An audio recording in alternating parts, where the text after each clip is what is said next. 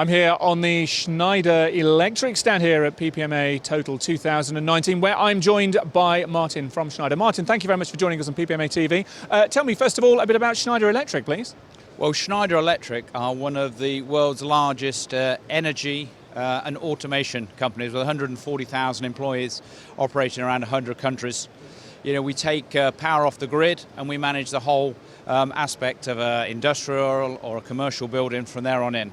Medium voltage, low voltage, into building management systems, right down into retail, plugs, sockets, home automation. But here in particular, we're talking about industrial automation, because we do everything from switches and sensors right through to highly robotized systems and software. Schneider also own 60% of the Aviva company, which is a UK FTSE 100 listed company that generate a lot of the software tools that we use for advanced manufacturing. And you brought a number of those components with you here to the PPMA show this year, and you were talking about automation and machinery. We've got an example of that behind us here. So tell us a bit about what you're showing off at the show this year on your stand.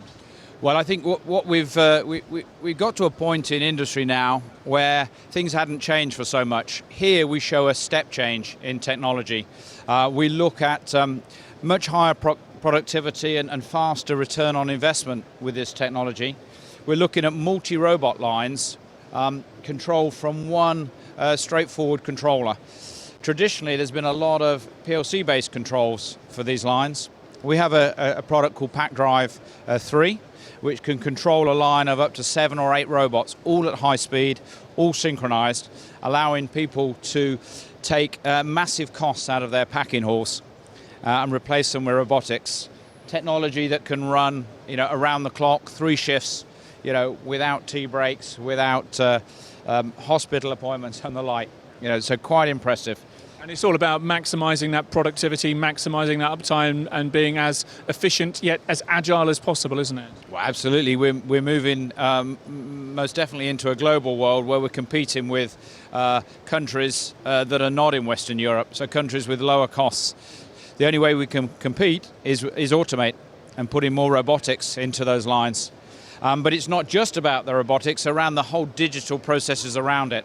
And one example here is where we're using augmented reality, and you can see the tool that Angus has there, which is being used to view things in real time, live status and data, where the system can pick up the machine it's looking at. But beyond that, it has access to all the maintenance and operational data. So at any point in time, we can pull off the web details about the control systems, about the mechanics, about how to maintain it, and so on. Really improving the uptime.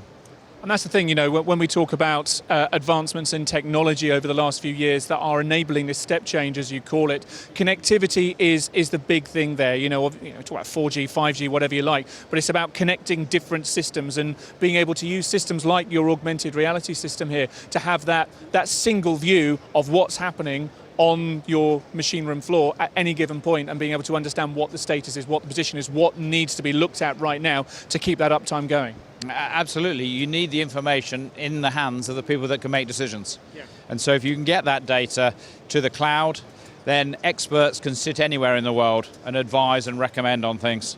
You can also run, of course, artificial intelligence routines in the cloud, which can pick up the data from multiple sources and make smart decisions on it, feeding it back down to the factory floor.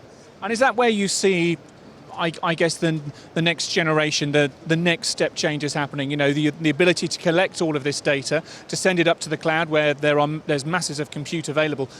Is the next step really machine learning, artificial intelligence, systems that can understand what's happening and make intelligent recommendations?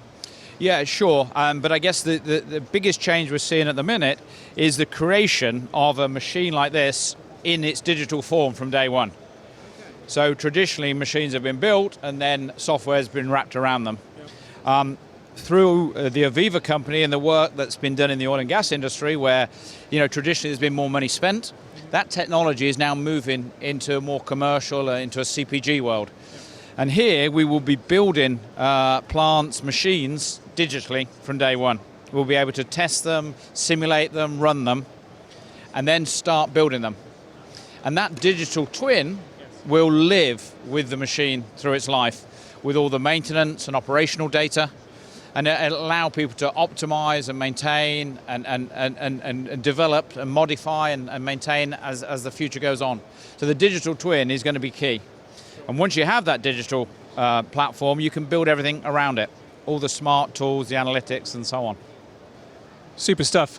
Really insightful and fascinating to learn from an organisation such as your own where the industry's going. And, we've surprisingly not heard too much about digital twins here. It's certainly been bubbling away as a technology on the Gartner hype cycle, and goodness knows for a little while. But actually to hear that in action is reassuring. Well, yeah, because through Aviva we've been there. They were set up in the 60s, funded by the government as the CAD Centre. And that CAD technology has accelerated massively in the last 10 years, certainly through the oil and gas industry. We're now doing the first pilots in this space. So we're taking a technology that was far too expensive in the past, and we're actually commercializing it for use in this space. So we hopefully will be one of the front runners, and you'll see more from these pilots, I guess, as they go into use and we're able to publicize them. Before we go, Martin, just tell me what the key conversations you're hearing on the floor here from the visitors to the PPMA show. Obviously, it's an interesting time for this industry as well as many others. But what's the temperature you're gaining from visitors to the PPMA show this year? Well, look, I think more than ever we're seeing a real shortage of manual labour in the packaging area. We're seeing the minimum wage going up. We're seeing the shortage of workers where they're leaving the country or moving out of areas. So the demand for robotic solutions is escalating. I've been in the game for sort of 15 or 20 years, and I've never seen the demand in the food industry as it is today. So there's almost an expectation that companies will be putting in automation and robotics, whereas before we were trying to convince them to do that. And the more I look around the show, more and more people are showing some form of robotics. I think quite honestly, there's more people in the UK now catching up, whereas it's been more commonplace in Sweden and Germany and the likes. Now we're in an accelerated mode, and it's really good to see. And I hope we can take that and we can overlay all the digital so that we start getting ahead of the game rather than catch up. Yeah. It's a good time. It is a good time, and finally, PPMA show. It's events like this that enable those conversations to be had, and it's an opportunity, would you not say, for yourself to meet with your colleagues, to meet with your customers, to understand what those challenges are, and to help create the next generation of technologies to address those needs and those challenges. Yeah, look, we came here for the first time last year. For me, it works very well because we have all the machine builders that we want to sell and work with, but we also have most of the end users coming here to see the latest technology. So it is a great environment. It's working well so far, and I hope that the leads and so on from this show are as good as last year. Good stuff. Thank you very much indeed for joining us here, Martin. I wish you all the very best of luck for the rest of this year's show. Thank you.